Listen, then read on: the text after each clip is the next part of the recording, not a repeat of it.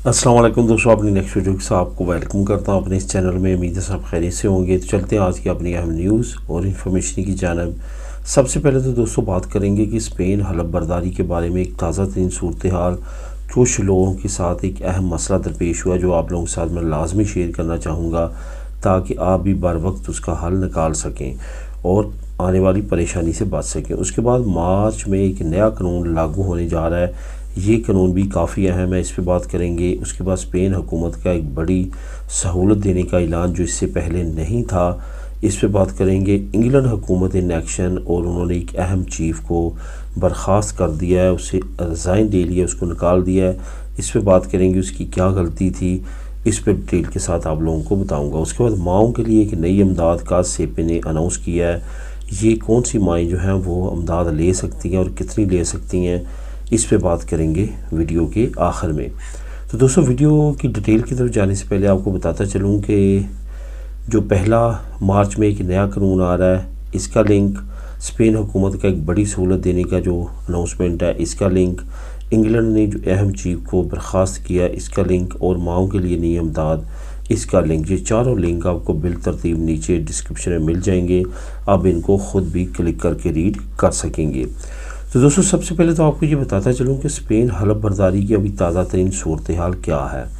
काफ़ी लोगों के साथ ये मसला दरपेश आया है कि मैं ख़ास तौर पे कतलूनिया की बात करूँगा और आम तौर पे उन सिटी में ये मसला लाजमी तौर पे होगा जहाँ पे काफ़ी ज़्यादा अस्त्राखेर उसका रश है, यानी कि गैर मुल्की काफ़ी ज़्यादा आबाद है। क्योंकि कतलूनिया ख़ास तौर पर बार्सिलोना की जो करीब तरीन रजिस्ट्रो सिविल है वहाँ पर काफ़ी ज़्यादा रश है गैर मुल्कियों का, नेशनलिटी का, जो पार्टे दी नासीमेंटो है, दूसरे जो डॉक्यूमेंट्स हैं वो रजिस्ट्रो सिविल करते हैं। तो यहाँ पे काफ़ी ज़्यादा ये गलतियाँ हो रही हैं और कुछ लोगों ने इसका नुकसान भी उठाया। हो क्या रहा है कि आप अगर खुरामिनतो करवाते हैं नतारियों के ज़रिए या डायरेक्ट जाके रजिस्ट्रो सिविल में भी, तो यहाँ वहाँ पे काफ़ी ज़्यादा कोताहियाँ जो हैं वो सामने आ रही हैं। जब आप फॉर एग्ज़ाम्पल नतारियों के पास जाते हैं और अपनी खुरामिनतो करवाते हैं तो नतारियों आपके तमाम डॉक्यूमेंट्स लेके आपके मुतल्लिका रजिस्ट्रो सिविल में भेज देता है ऑनलाइन, और आपसे एक ईमेल एड्रेस मांगता है कि आपका जो होगा नसीमेंतो पार्टे ये आपकी ईमेल पे आ जाएगा। तो आप तसल्ली में रहते हैं। आप 2, 4, 6 महीने के बाद जाके पता करते हैं, वो कहते हैं अगर आपको नहीं आया तो आपको इट्स मीन कि वो इन प्रोसेस है, आप बेफिक्र हैं, आप चले जाएं, आपके ईमेल पे आ जाएगा। आप फिर चले जाते हैं और कुछ महीने वेट करते हैं और दोबारा से आपको मालूम होता है कि लोगों को तो 3 महीने बाद, 4 महीने बाद मिल रहा है। आप फिर जाते हैं पता करने और आपको यही जवाब मिलता है, फिर आ जाते हैं। अब हो क्या रहा है कि आपका जो सर्टिफिकेट नसीमेंतो है वो आपका बन चुका होता है ख़ास मुद्दत में, जो कि 3 से 4 महीने हैं उन रजिस्ट्रो सिविल में जो नॉर्मली इतना लगा रही है। मैं बादलों या हस्पितालत की बात नहीं कर रहा, बाकी तकरीबन जो रजिस्ट्रो सिविल है इतनी देर में वो बना देती हैं। हलफ बर्दारी के बाद 3 से 4 महीनों में आपका सर्टिफिकेट नसीमेंतो बन जाता है। होता क्या है कि आपकी ईमेल पे भी नहीं भेजा जाता। आप 6 महीने, 8 महीने, 9 महीने वेट करने के बाद जब जाते हैं और वहाँ पे जाके ज़रा दूसरे लहजे में बात करते हैं और उनको कहते हैं कि इतना ज़्यादा टाइम हो चुका है, बाकी लोगों को 3-4 महीनों में मिल रहे हैं, तो मेरा प्लीज़ चेक करें कि मेरा जो कोरी इलेक्ट्रॉनिक है वो तो गलत नहीं है, आपने किसी और कोरी इलेक्ट्रॉनिक वो पे तो नहीं भेज दिया, या कोई और मिस्टेक तो नहीं, या कोई और डिमांड तो नहीं किसी डॉक्यूमेंट की, तो क्योंकि मैं जानना चाहता हूँ। जब आपका वो पता करते हैं कंप्यूटर में आपके प्रेशर डालने पे, तो फिर पता चलता है जी आपका तो फ़लाँ महीने का बन के पड़ा हुआ है, ऑनलाइन डिजिटल सर्टिफिकेट वहाँ पे पड़ा हुआ है आपका, लेकिन आपको भेजा नहीं गया। यानी कि डिजिटलाइज उनके सिस्टम में बन के रखा होता है उन्होंने, वो भूल जाते हैं या जानबूझ के आपको कोई इलेक्ट्रॉनिकों पे नहीं भेजते और आपको इस वजह से नहीं मिल पाता। रिसेंटली इसी तरह एक सर्टिफिकेट नसीमेंतो जो कि मई में खुरामिनतो की गई थी, और वो बच्चा जो है वो इधर ही पैदा हुआ था और उसी रजिस्ट्रो सिविल में उसका अंदराज था, वहीं पे उसकी जो है वो पहला सर्टिफिकेट नसीमेंतो भी वहीं पे इशू हुआ था। तो वहाँ पे मई से हुई थी और उसके वालिदैन ने भी इसी तरह चक्कर लगाए और फाइनली ये रिज़ल्ट सामने आए। अब उन्होंने माजरत भी किया और उनको बाई हैंड जो है वो सर्टिफिकेट नसीमेंतो दिया है। तो इस तरह से आप जो है वो परेशानी से बचें और ये याद रखें कि 1 साल इसका टाइम होता है। अब वो अक्टूबर का इशू हुआ है और उन्होंने उनको डेट का जो सर्टिफिकेट नसीब तो दिया है वो अक्टूबर की डेट का ही दिया है, ताज़ा डेटों का नहीं दिया। तो इस मीन कि अगर नुकसान होगा तो उस बच्चे का और वालिदैन का होगा। वो नए सिरे से नेशनलिटी जमा करवाते फिरेंगे, नए सिरे से रिन्यू करवाते फिरेंगे।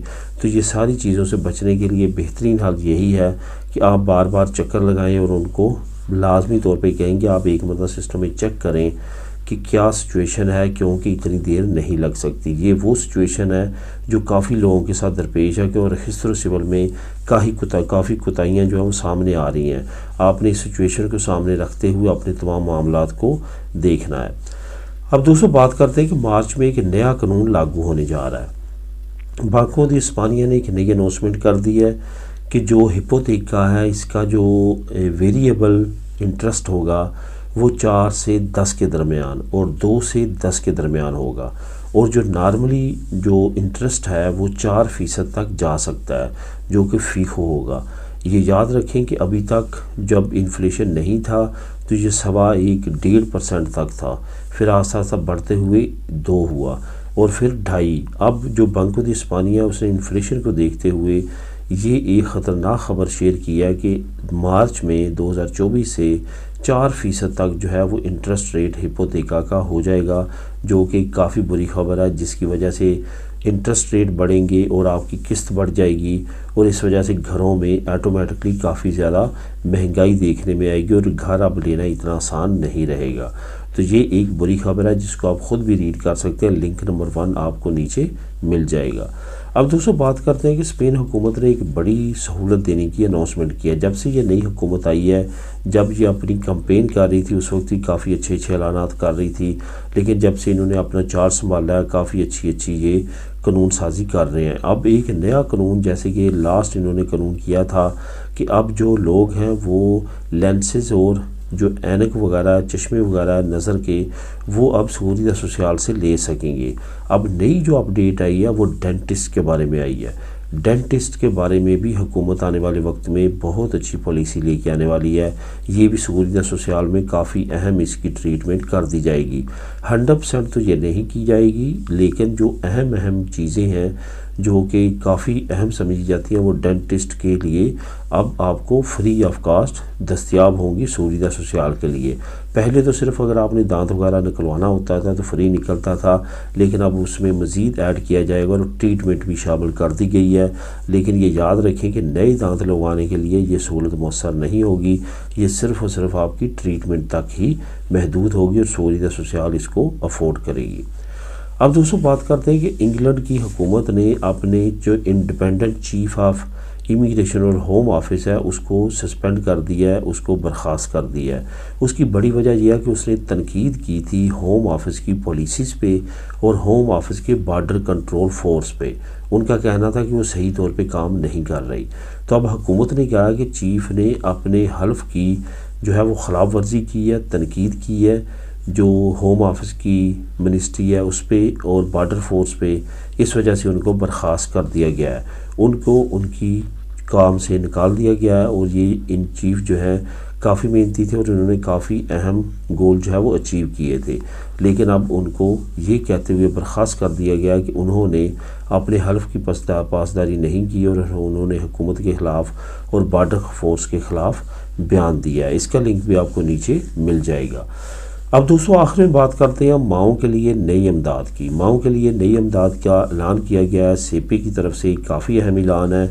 अगर आप इसे फ़ायदा उठाना चाहते हैं तो लिंक तो नीचे मौजूद ही है, लेकिन कुछ चीज़ें अहम जो है मैं आपको बताता चलूँ। माओं के लिए ये जो इमदाद है ये 45 साल से ज़्यादा उम्र की माओं के लिए है। और इसके साथ साथ आपको बताता चलूँ कि ये ज़रूरी नहीं है कि माओं के जो हैं वो बच्चे उन पर डिपेंड करते हों, और ये भी ज़रूरी नहीं है कि वो अकेली हैं तो उनकी और लगेगी, और अगर वो बच्चों के साथ हैं तो और लगेगी। दोनों के लिए सेम 480 यूरो ही सब्सिडी लगेगी। यहाँ पे ये भी बताता चलूँ कि ये 6 महीने के लिए सिलेक्ट होगी। दिमानदारी एप्लियो आपने लाजमी तौर पे साथ साथ करते रहना है, यानी कि जॉब की तलाश करते रहना है। सुक में या इल्म में अपने दस्तखत करते रहना है ताकि ये आपकी इमदाद जारी रह सके। ये 6 महीने तक आप ले सकते हैं। असल में ये माओं को राग़िब करने के लिए है कि वो दोबारा जॉब की तरफ जाएं। अगर उन्होंने पहले जॉब किया तो वो दोबारा जॉब सर्च करें और जॉब शुरू करें। तो दोस्तों ये थी आज की अहम न्यूज़ और इन्फॉर्मेशन। मिलेंगे नेक्स्ट वीडियो में नई अपडेट्स के साथ। अल्लाह हाफिज़।